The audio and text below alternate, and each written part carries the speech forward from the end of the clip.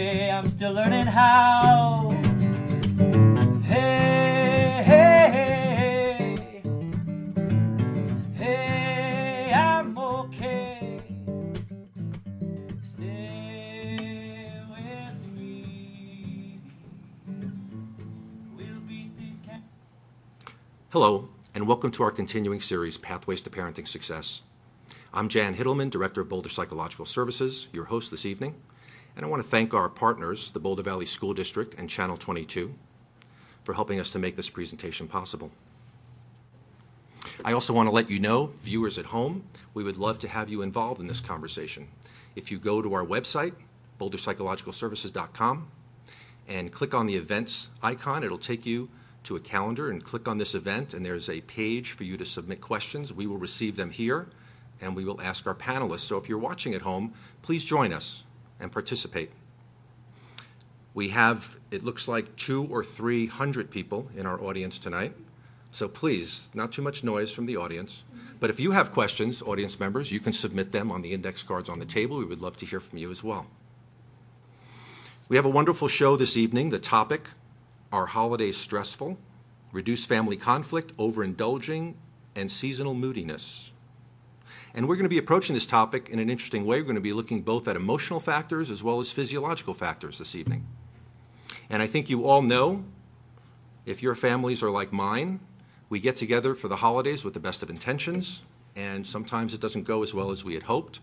And so we are here with our expertise to help you to have a wonderful holiday season this year. Hopefully, the techniques that we'll describe will be beneficial to you and your family. We have a wonderful panel of experts with us this evening, and we're going to start by hearing from each of our panelists, and then we're going to open it up for questions and answers from our live audience and our viewing audience at home. So please join us with that. I also want to thank our sponsors, without whose support this show would not be possible. They include the Hope Coalition, the Parent Engagement Network, the Daily Camera, Centennial Peaks Hospital, the Boulder County Healthy Youth Alliance, the Boulder Counseling Cooperative, and the Temple Grandin School. Thank you all for your support. Well, let's get started with our first panelist this evening. She is Dr. Paula Shield. Paula has practiced in Boulder for 15 years, helping individuals and couples create healthy relationships. Some of her specialties include working with stepfamilies, stepmothers, and depression. Paula has extensive training in trauma and uses eye movement desensitization reprocessing, better known as EMDR, and brain spotting to help people recover. It's my pleasure to introduce Dr. Paula Shield. Thanks, Jan. So why are holidays so stressful when the ads have been telling us since, I think, after Labor Day, that the time now, post-Halloween, until the beginning of the year should be the happiest time of the year? Well, I think one word sums it up for me, and that's expectations. I can't count the number of times I've gone into the holidays expecting something out of Norman Rockwell painting, sitting down with my family of origin at a beautifully set holiday table, everyone gathered together full of love and gratitude that we are all together, only to find myself minutes later in a screaming match like a 5-year-old with my younger sister. This despite me being a trained professional. So whether or not we're aware of it, we all bring these expectations into the holidays with us. And most of these expectations come from our early childhood experience around holiday traditions, whether the holidays were good or bad or indifferent. And these experiences actually shape our brains, helping create our expectations for the holidays and actually filter what we see and hear. And because of how the brain works, these expectations are largely out of our awareness.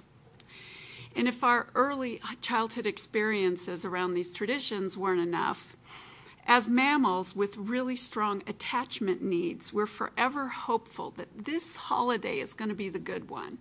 And as adults, I know I find myself in the past, I'm going to make this the best holiday ever, even if it kills me and everybody around me. I don't know about the rest of my fellow panelists, but I've been guilty of that more than once, unfortunately. So it's these unnamed expectations that set us up for conflict and disappointment around the holidays. I could easily spend the rest of the evening talking about brain science and attachment, but in the interest of time and out of respect for my fellow presenters, I won't go into any more depth about this. But if you are interested about these topics, you can find more information on my website at paulashield.com, which is linked with the boulderpsychologicalservices.com website. So what do we do? Well, the good news that comes from the brain research is that our brains are very plastic. And as adults, we can consciously change our expectations and experiences. So the first thing that you need to do is become aware of what your holiday expectations are. How do you do this? Sit down and write a list of things about how you would like the holiday to be. Answer the question, what do the holidays look like, feel like, smell like, sound like to me? Is food involved? If so, how much? Do we go out? Do we eat in? If we eat in, who cooks? Who cleans up? Do we get dressed up or down? Do we watch sporting events, go out to movies? Is it just family, or do we include friends as well? And have your spouse or partner do this also. And if you have kids that are 8 or 9 or older, they can be included in the process too. Sometimes they may just want to talk about the toys they want or the latest technological gadget. But then that creates an opportunity for us as parents to talk about how we value the holiday, what the holiday means to us, and what we want to transmit to our kids about what the holidays really mean. And then the third step is to sit down, hopefully not the night before the holiday, and discuss with your partner and kids, if appropriate, what you would like the holidays to look like. Compare your lists. How much overlap is there? If there's a lot of common ground, then you're in pretty good shape, and you probably are going into the holidays in a strong position. However, if there's not a lot of overlap, then what you can do is prioritize 1 or 2 things that you would like to do or feel or see in the holidays. That way, everybody gets a say, even the kids, although they don't get the final say. You know, you as the parents and the adults in the family make that final decision, but at least give them the sense that they have a voice in this whole process. This also, if there's a lot of difference between you and your partner, models for your kids how to manage difference in a healthy manner. So going back to the screaming match that I've experienced in the past with my sister, you know, we came from the same family. We were brought up by the same set of parents. We theoretically had the same expectations around holidays. Imagine how much more complicated this is for step families, who oftentimes come from very different parenting traditions, could be even different faiths. And there's the inevitable issue of loss that comes up with step families when you gather together to celebrate your first holiday season together. I don't know, Jan, how am I doing on time? Can I go in? You're fine. Okay, so let me just talk a little bit about how I work with step families around the differences that can arise. A lot of times, each family comes in with different traditions, how we celebrate, you know, like I mentioned before, do we go out, do we stay in, do we just have family or friends? And sometimes you can have different faiths involved, whether it's a Christian religion or Jewish or Muslim. So what I urge these families to do is not make difference good or bad. It just is.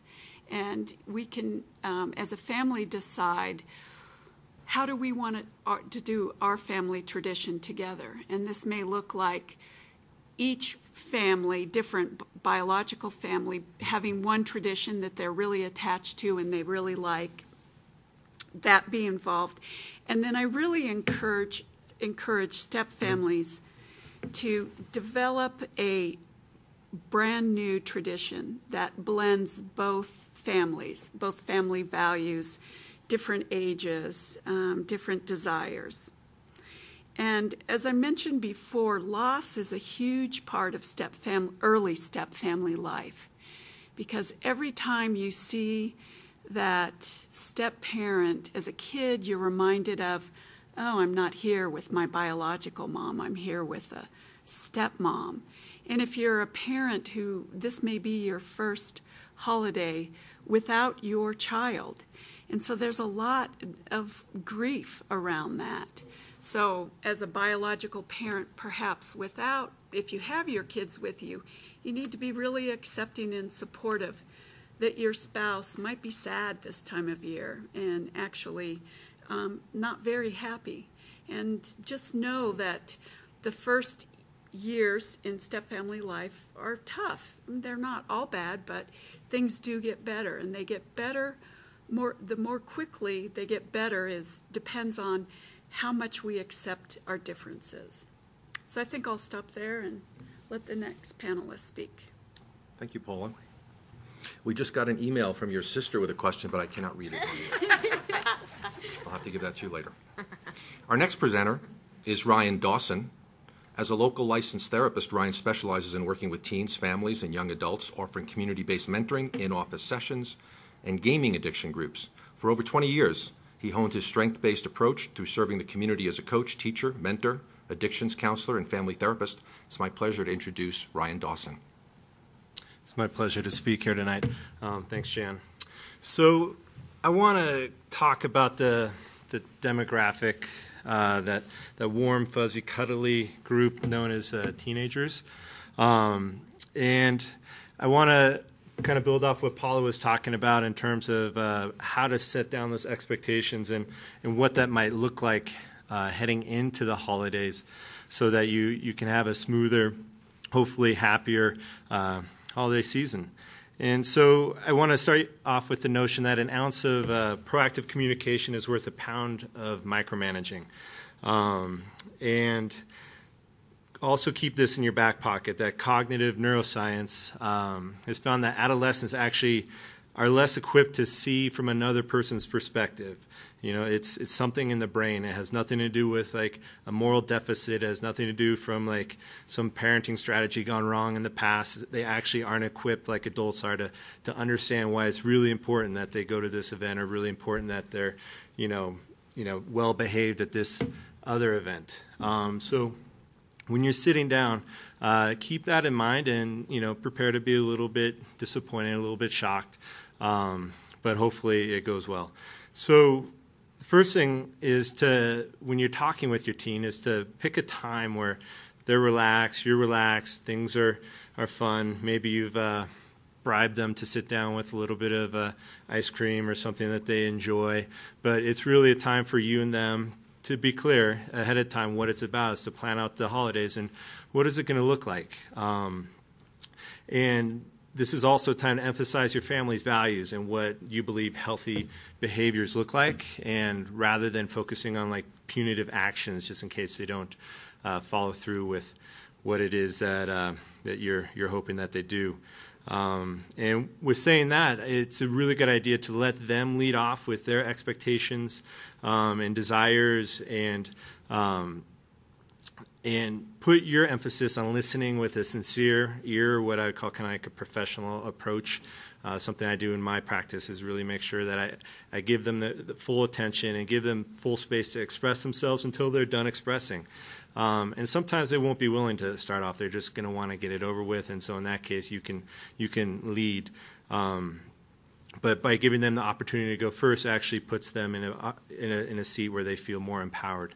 And then after they share, then you can put in your time to this. Okay, and so these are the priorities, as Paul was talking about. These are the expectations. These are what I want it to look like, and these are my expectations for you.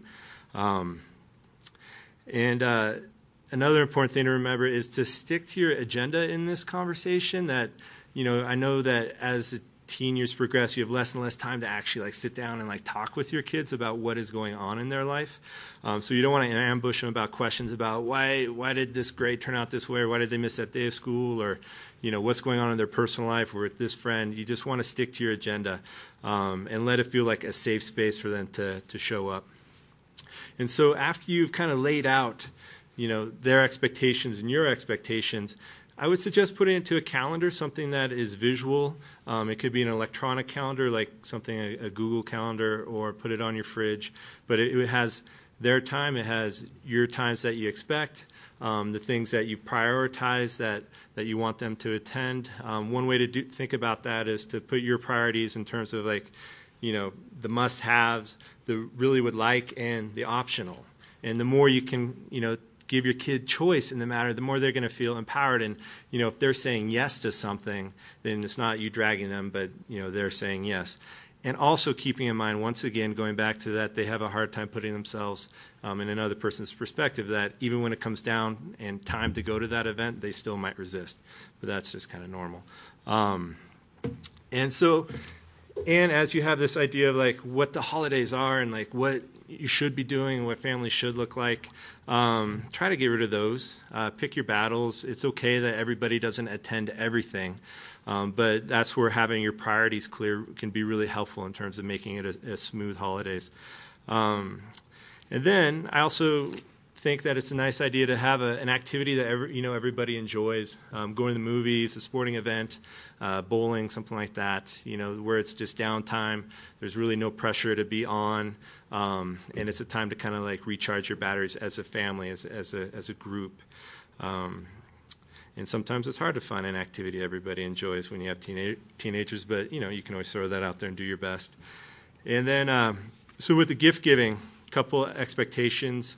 If you're doing the gift exchanges, that if your child happens to get their favorite video game, do expect them to be completely obsessed with it for the remainder of the holidays. And that's where having your expectations of like how much time do you want them spending in front of a television, playing a video game, or in front of a computer playing a game, or on their Game Boy portables playing video games, that is clear as well, especially thinking about that after the holidays, and put that into the calendar, and expect that probably is going to be one of those things that you're going to have to pick your battle around.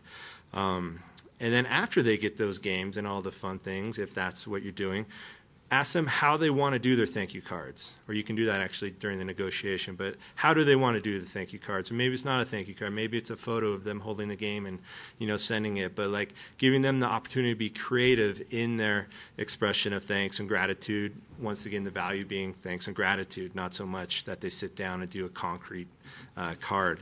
And I just want to remind everybody that this is a time of year that is, a lot of people feel pressure. A lot of people feel stress and fun at the same time.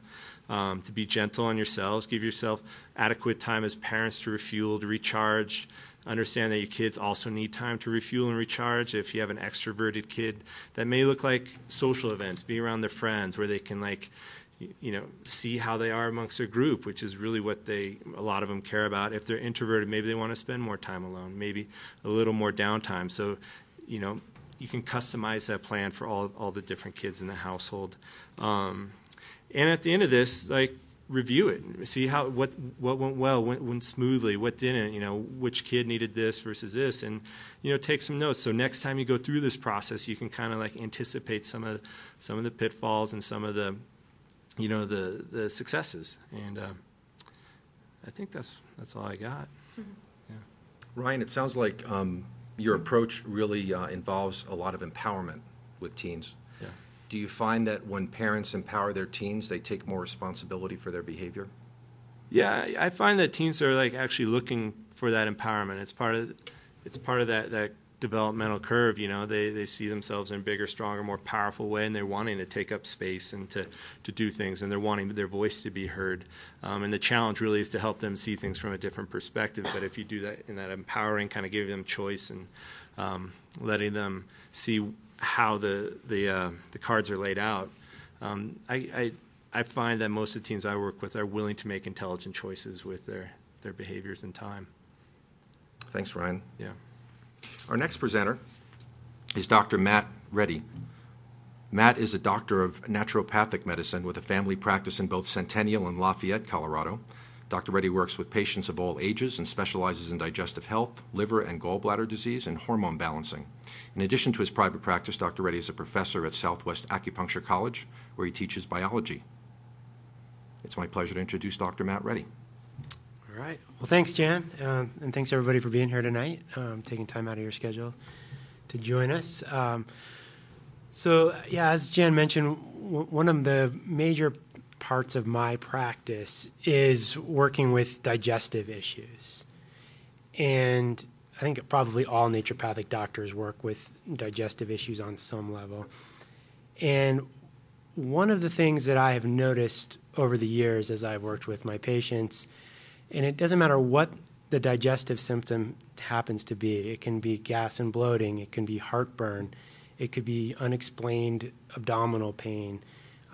It could be constipation. That no matter what those issues are, they have an underlying thread of stress that's involved in it. And I think we all intuitively kind of understand that. I think we've all experienced that when we're nervous, upset. Think of what happens to your gut, your digestive system. You feel the butterflies. You may lose your appetite. You definitely change, how you eat and what you want to eat. And when we look at the science behind that, it actually is really very clear that there's a huge connection between our digestive health and how we handle stress in our lives. And so what I want to talk about today is basically the idea of preparing your body to deal with a stressful situation. And that can go, that can be any stressful situation. And in the context of this talk, looking at the holidays, which inevitably will bring their stresses. The reason that the digestive system is so impacted by stress is because majority, if not all, of certain neurotransmitters are actually made in the digestive system. Now, neurotransmitters are what travel around our body sending signals, and many of these signals are feel-good signals. Many of them are kind of balancing signals. And so if the digestive tract is not healthy and not strong, it's very difficult for those neurotransmitters to be made correctly and to go where they need to go. And then as a result, people experience, not only do they have digestive symptoms, but they also experience, potentially depression, anxiety, irritability, and things like that. So when we're looking at preventing, stress or working with stress, which is really hard to prevent stress all the time, we need to strengthen the digestive tract. And there's lots of ways you can do that. And I'm going to offer 3 tips that I think anyone can implement and that will at least act as preventive foundational pieces going into the holiday season. So the first tip is probably something most of you know about. Maybe some of you already do this already. But it's to find out a good probiotic on the market. And probiotics are not the panacea to make every digestive symptom go away, but they definitely provide a lot for your digestive tract. The probiotics are the good bacteria that need to live in our gut, and these probiotics support proper digestion. They support proper balance in the gut from yeast, from bacteria, and help everything work the way it's designed to work. When the good bacteria are in balance, you digest things better, you absorb things better, and your body can actually start to heal and then make a lot of those neurotransmitters in a more balanced way. The second thing that I want to suggest, and this is something that over the years of practice I've developed and learned, and it's really a protocol to strengthen your digestive system, particularly supporting the liver. And in the liver's production of a digestive fluid, which many of you know about, which is bile. What many people don't know is that bile is something that we have a very difficult time making, primarily because these things are missing out of our diet. The raw materials to build the bile are missing out of our diet. And so I've developed a protocol to support the production of the bile. And the 4 supplements, it's taurine, lecithin, cod liver oil, and then something that contains some plant fats or plant sterols. And I've got a whole blog post I've written about this, so I don't want to get into too much detail about it. It's on my website, drmattreddy.com. That's R-E-D-D-Y, how my last name is spelled. But when you make better bile, you actually create a really strong foundation for the digestive system to eliminate toxins effectively and to absorb nutrients back into the body effectively. And I have seen dramatic results in all sorts of issues just by getting the bile to start moving. And the last piece I'd like to suggest is a pretty important thing I think that can tie a lot of these things we've already heard together tonight together, which is the idea that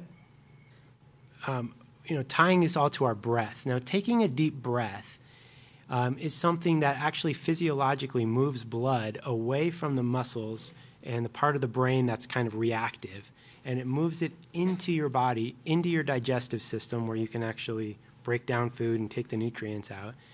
And it actually moves the blood to the part of the brain that's much more logical, thoughtful, can actually make these decisions that need to be made.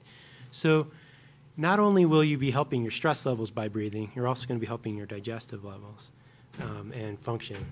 So those 3 things, probiotics, some good supplements to support your digestion, and then deep breaths are my suggestions for this holiday season. So good luck, everyone out there, and happy holidays.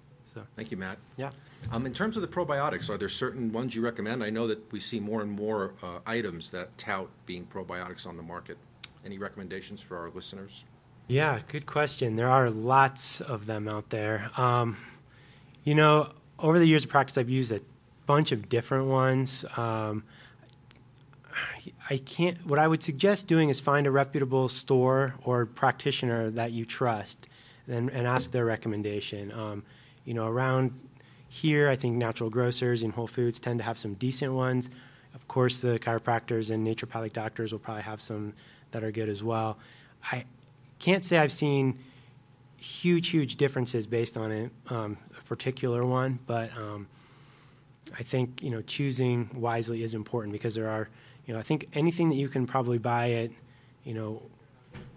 Walmart or something is probably not going to be your top of the line, best quality one. But there's some good products out there. So I would head to Vitamin Cottage or your chiropractor or naturopath. Yeah, or you can come see me. So. Poor Walmart in Boulder. Our next presenter is Stephanie Small. Stephanie is a psychotherapist and holistic nutritionist and recovering sugar addict herself. I haven't gotten there yet, but I'm hoping to get there one day. Who helps women transform their relationship with food. She has a private practice in Boulder, as well as talking to folks via Skype. She also offers online programs, writes blogs, speaks at live events. Visit her at her website, stephaniesmallhealth.com, to learn more. It's my pleasure to introduce Stephanie Small. Thank you. Good evening, everyone. I'm going to speak tonight on 3 reasons why we tend to overindulge during the holiday season, and I'm going to offer 2 tips for preventing holiday overindulgence. So just to be clear, when I'm saying overindulgence, I'm specifically referring to food and alcohol. There are a lot of potential forms of overindulgence during the holidays, but I'm specifically talking about those 2. So especially with the clients that I work with, this time of year is extremely stressful for a number of reasons. And so we have a lot of conversation about the dynamics around the holidays. And what I've identified is that there tends to be 3 main reasons why holidays are so stressful and prompt overindulgence. Number 1, in terms of the overindulgence, is just the abundance of food around. And I know that this sounds obvious, but I think it's important to be mindful about it. Think about your work setting. All of a sudden before Halloween, these Plastic jack-o'-lanterns appear full of candy. Around Christmas time, there's cookies in the break room. And there's a way that we can kind of just start grazing without even noticing it. And so it's worth asking, would I be really wanting this cupcake with red and green icing on it if it weren't in my line of vision, right? So that's one reason for the overindulgence. Another one is purely stress. And the other presenters have been speaking to this in different capacities. Why does stress cause overindulgence? There's a few reasons for it, emotionally and physiologically, and I'm going to speak to the physiological aspect in a minute. But from an emotional standpoint, you get revved up, you're going, it's so busy, and we tend to not slow down and tend to our feelings. And at some point, this isn't a conscious process, but at some point our body kicks on, goes, we need to stop this. And so eating a bunch of sugar or drinking a bunch of alcohol can serve to kind of numb that out, to take us out of our body, to get us a little high, basically out of where we are now. And the third reason that we tend to overindulge during the holiday season is because of the kinds of foods that are abundant during the holiday season. So you may have noticed, if compulsive overeating is an issue for you, that you don't tend to compulsively overeat kale or hummus or fish, right? It tends to be a very specific type of food. It's food that is low in quality, highly processed, highly refined. From a physiological standpoint, there's a number of things that happen in the body when we eat this type of food that kick off cravings of it. So in other words, the more you eat of it, the more you want of it. And I'm sure that there's people who are listening to this who have experienced this dynamic. It's the whole thing behind like Pringles, once you pop, you can't stop, because you really can't, because of what's going on in your body. And there, as I said, there's a number of physiological reactions that are happening. And just to offer you one, when we're hungry, our body is hardwired to crave a couple things. It's hardwired to crave calories, so actual food content, and nutrients. So if we are eating something that is caloric but is low in nutrients, our body is hardwired to go keep eating. We haven't gotten to the nutrients yet. Keep eating. And that's why all of a sudden you get to the bottom of the chip bag and it's gone, and an hour later you're still hungry. The body's like, where are the nutrients, right? I have a couple of videos on my blog, on my website, if you want to learn more about this physiological aspect of cravings.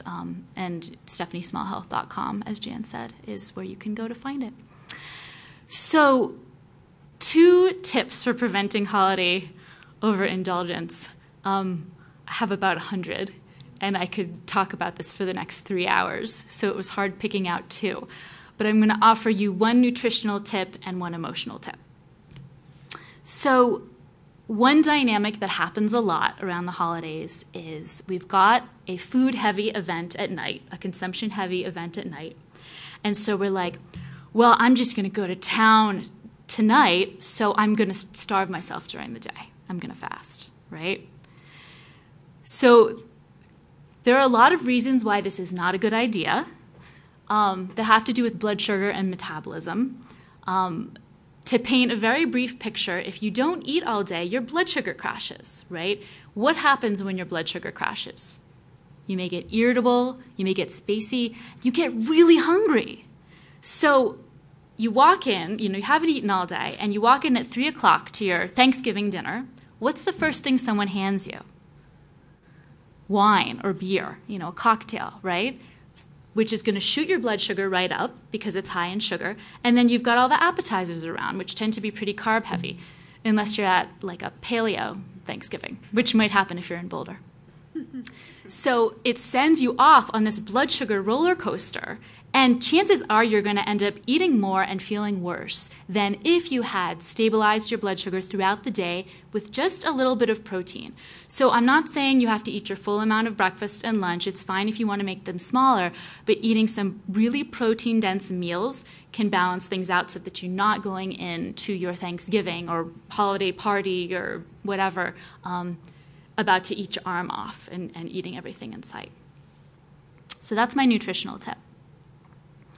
In terms of an emotional tip, the other presenters have been speaking a lot about prevention, and I completely agree that it is all about prevention when it comes to managing the overwhelm that comes with life in general, to say nothing of the holidays. And the fact is, if we can, so it's the beginning of November now, if you can take out your calendar now and look at the next 2 months and carve out downtime, carve out like, okay, I've got an hour here, I've got an hour there, and I'm not talking about an hour a month. I'm talking about regularly, hopefully multiple times a week, where you can go into your room, shut the door, just check in and notice what you need and give it to yourself, because that truly is self-care, right? Self-care is not something formulaic like go for a walk. It's listening to what your body needs. Doing that regularly can really help you decompress to a point where you don't get so sped up and in this frantic state, and the next thing you know, you're going for like the sugar and alcohol so compulsively to quiet down.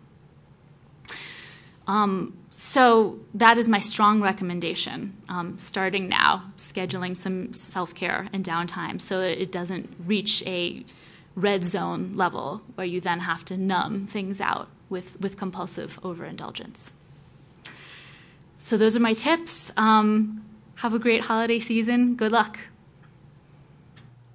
Thank you, Stephanie.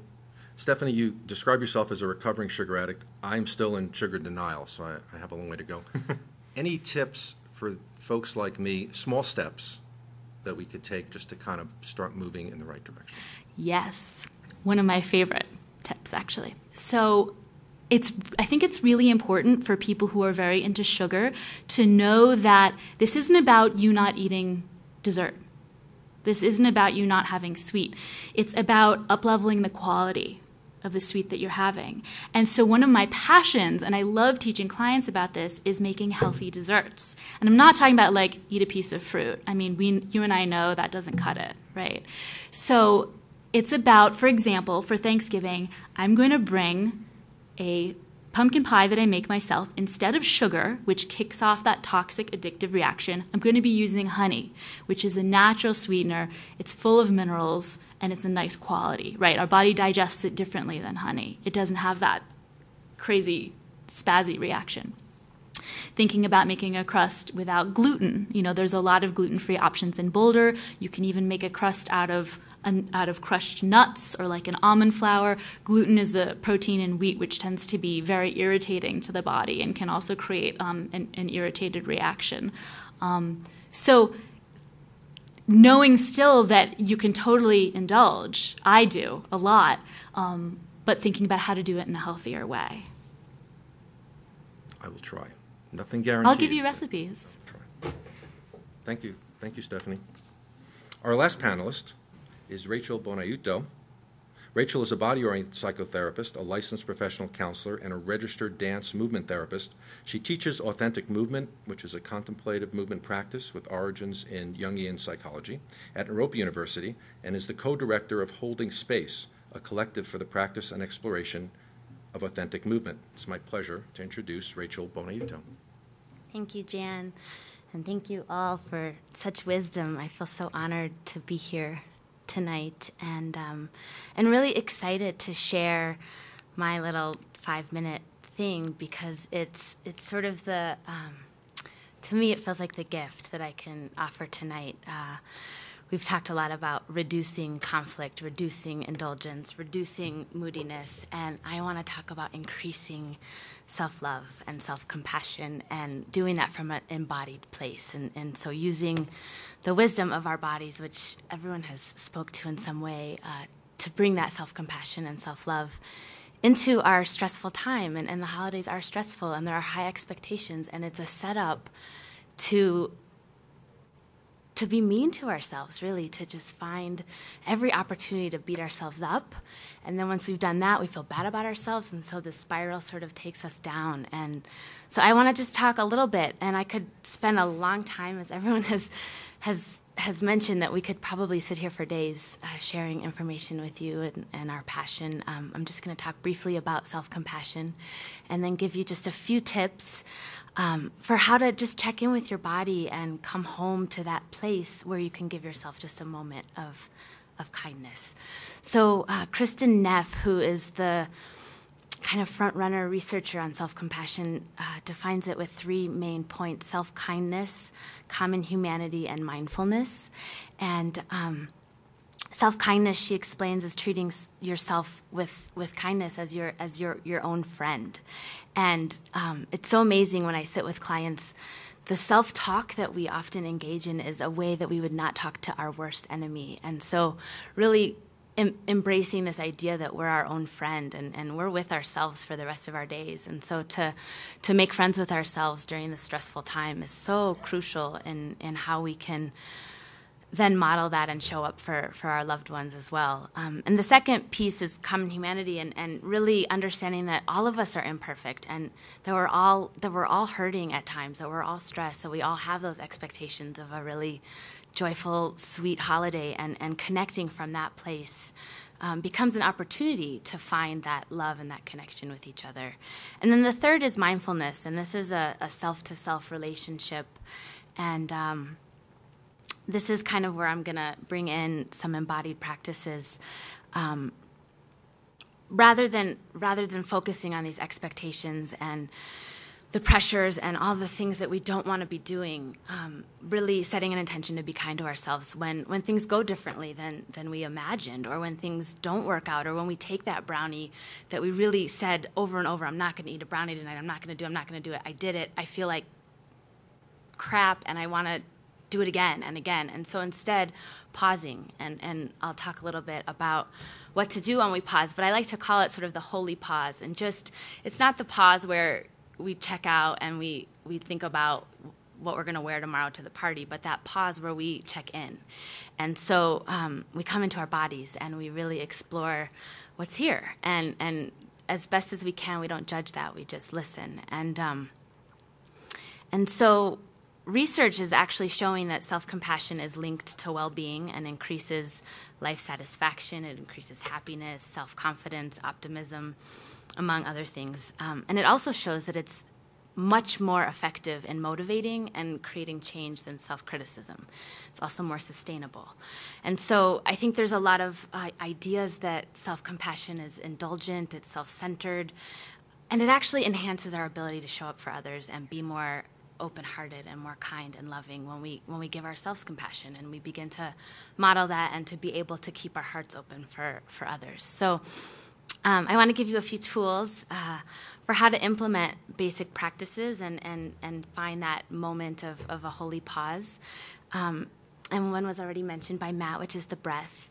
And in addition, it's amazing that it also helps on such a physiological level, but I think it really enhances our emotions as well. And so just to breathe and when to do this, when you're in the car and you're putting on your seatbelt before you turn the ignition, take a breath. When you sit into the bathroom before you come back out to the chaos, take a breath. When you're at the sink doing the dishes, take a breath.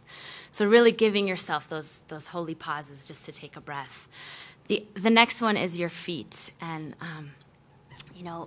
our earth is supporting us, whether we're aware of it or not. And so to bring our energy into our feet, even just for a moment, to feel your socks inside of your shoes, to feel your feet touching the ground, to feel maybe the pebbles or the rocks or something even uncomfortable, just to feel the blood pumping in your feet brings you into your body, connects you with the earth, helps you ground. And it's a fantastic tool, again, when you're doing the dishes, when you're in the shower and your mind is racing and you're like, oh my God, I didn't put the turkey in the oven yet, and it's just going and going. Just feel your feet, just for a moment, and it brings you an opportunity to be kind to yourself. And then the last one is actually an act of self-compassion, which is putting your hands on your heart. And again, there's so much research about just a simple gesture and what it does for us. So just, in this moment, if you're home, if you're here, just putting your hands on your heart and noticing what happens. And it's actually an incredible feeling, the tenderness and the love that we can give ourselves just by putting our hands on our heart. So in those moments when you lost it with your sister, or you didn't take the time to sit on the floor with your kiddo when she was opening her gifts because you had to do the dishes, whatever, when those moments when you can just beat yourself up, just bring your hands to your heart and just noticing that your heart is beating and you're alive and you're here, and giving yourself a moment of self-compassion can really reset the whole system when we start that that train of mean self-talk and not so loving words to ourselves. So that's my gift to you today, and I hope you have moments of self-compassion and self-love and can pause and bring your hands to your heart and feel your feet and take a breath and enjoy moments of the holiday season. Thank you. Thank you, Rachel. Rachel, did you take a holy pause today before our show? I sure did. I took a few. Helpful. It was really helpful. Yeah, I was rocking out in the car, actually. That was helpful. And then when I turned my car off, I took a moment, said a little prayer, and took a few breaths. I did try. And I think I feel an irregular heartbeat. I'm afraid I'm going to die. But thank you. For We have a that. doctor here. I appreciate that. Thank you, Rachel. Now it's your chance to get involved. Calm down, everyone in the audience. Stay in your seats, please. You have your index cards. You could submit questions, bring them up to me. I'll be happy to read them. And if you're watching at home, this is your opportunity. Go to our website, boulderpsychologicalservices.com, click on our events section, and go to this event. If you click on it, there's a form that you can fill out that we'll get here. Let's go to some questions that we have for our panel. This one comes from an audience member. How do we handle different parenting types during the holidays? When siblings don't agree with the way you parent your children and it causes conflict when you're together? How do we handle that, panel? They're deep in thought. Well, I would say, building on Rachel's talk, with as much grace and compassion as possible, I think one of the first things to do is to give yourself, if we're talking about adult siblings like me and my sister, is that what we're talking about? Okay, I have a lot of experience with this and some success, is to give yourself a timeout.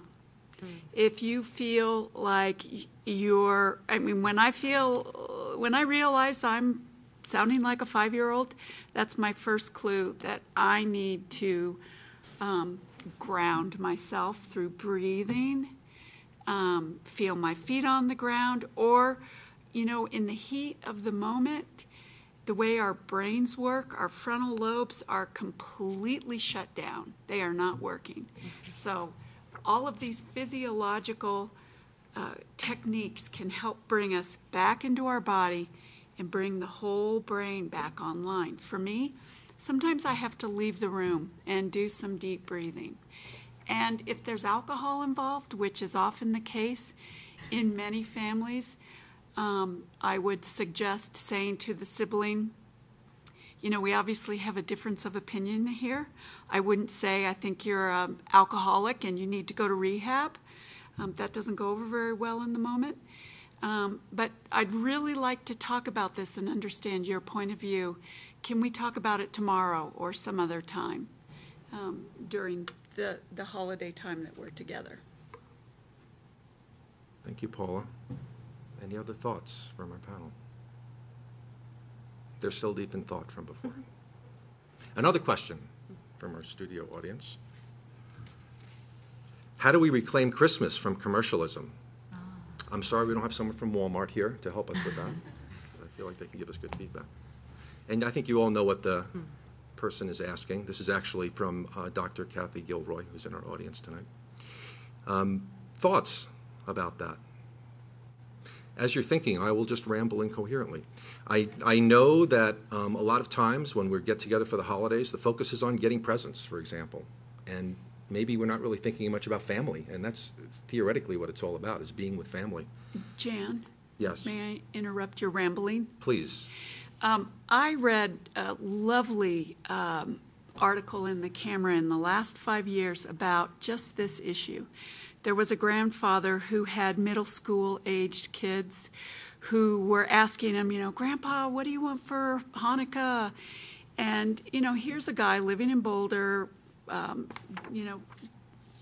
all his physical needs were taken care of. He didn't want or need anything. And I think he came up with the most lovely answer to his grandkids. He said, take this $20 and I want you to go help somebody in town or not who's less fortunate than you. And what I want from you is to come back to me with a story of how you helped this person. And I think we can harness what is otherwise the tragedy of the floods that we just experienced 2 months ago. And instead of thinking about what we've lost, is be grateful for everything that we have still, even if we, well, especially someone like me. I didn't lose my house. I lost access to my house. But I still have a home to go to. So I'm so grateful for what I have. And what I want to focus on is how can I give to those who lost everything, lost something, or don't have enough. So that's how I try to move this whole emphasis on things away in my family. I hope that helps. Yeah? Question? The problem is I have 9 grandchildren and the oldest is 8. So I love that idea of the grandfather years from now, but right now I risk being the boring grandma. You know, there's several, a couple of the kids have several sets of grandparents, and I'm not going to buy them toys. I told everybody, no more toys. They have 9 million, they don't play with them. This year I plan on giving each of them a book that I find special for them with a $50 bill. That's great. That's a lot. But that means when they open their presents, there's a book. Okay. I can jump in, but I want to give my other panelists an opportunity. I think your present sounds great.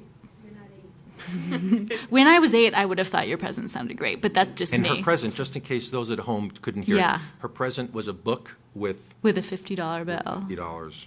And the concern is that the grandchildren who are all 8 and under will not like that as much as the toys. And I actually don't have any advice for you this year, but I want to speak to my feeling that there needs to be a greater cultural shift around going back to what most holidays have always been, which is honoring different points of the natural cycles. I mean, that's what I see Christmas as.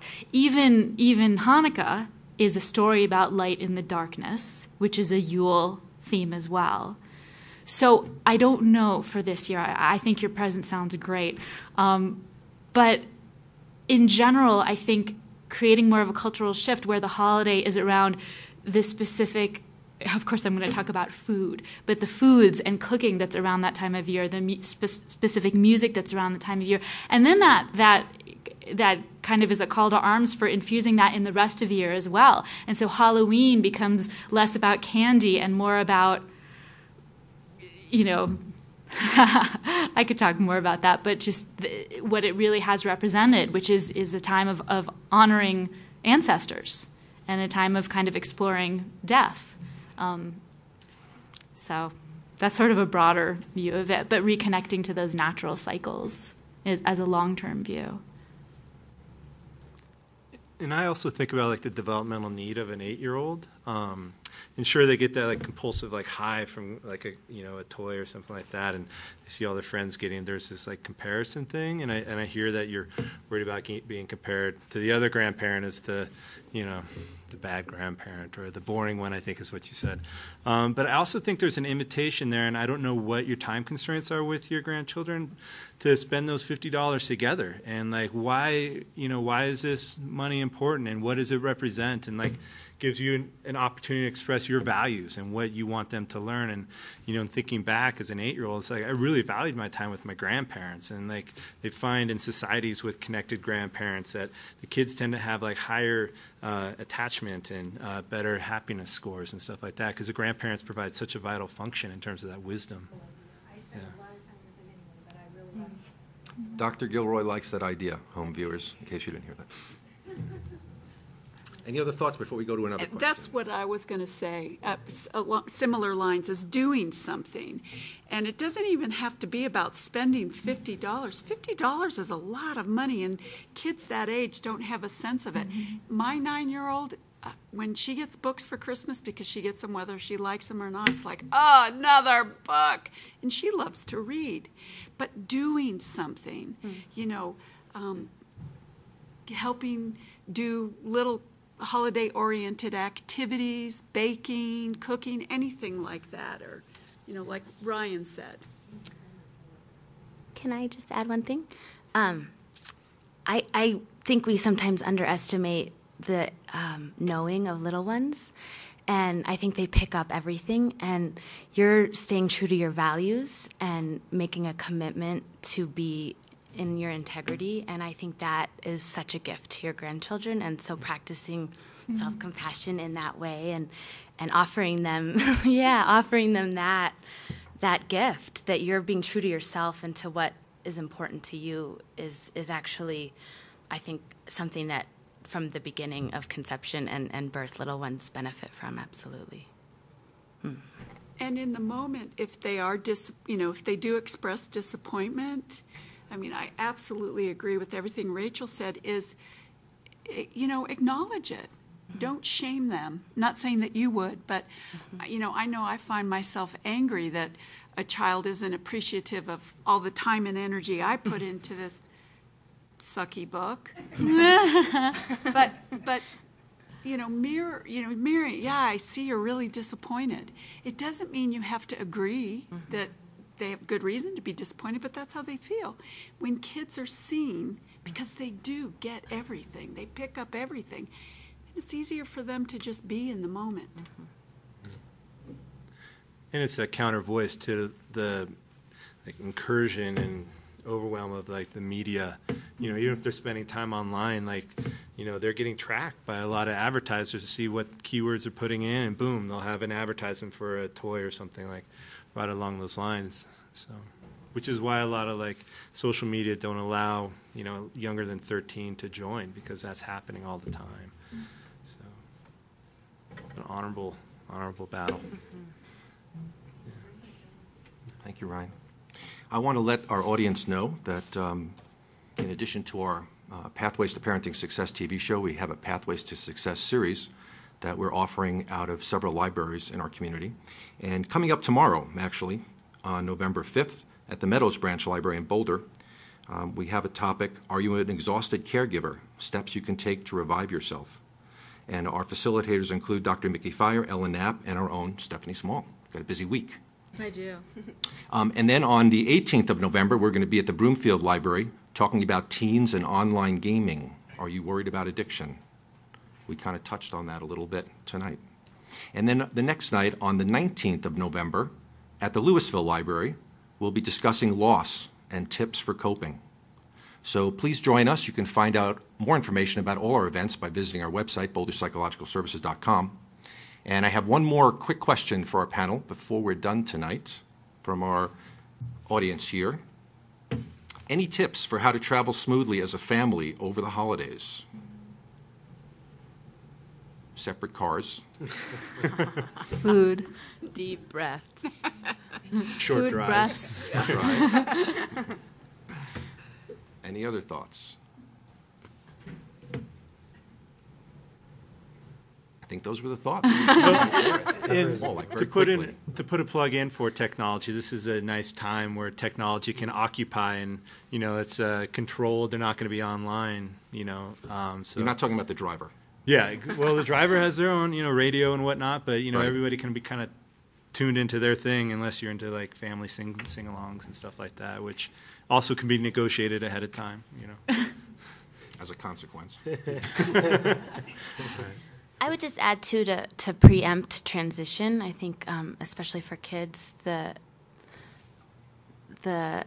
opportunity to know what's coming next can really help kiddos adjust. And so we're about to get in the car in 5 minutes, 2 minutes, and we're going to get in the car and we're going here. And so they know what's going on, I think, can really help those transitions be a little smoother and more gentle for everyone. I want to take a moment to thank our wonderful speakers tonight. Thanks for participating, and our lovely studio audience. Thanks for being here. We're going to be back next month on December 2nd with our continuing TV series, and the topic next month is improving family dynamics through better parent-child communication. I'll be joined by several therapists to discuss this important topic on Monday, December 2nd, so please join us then. Thanks for tuning in, and we look forward to seeing you next time. Bye-bye.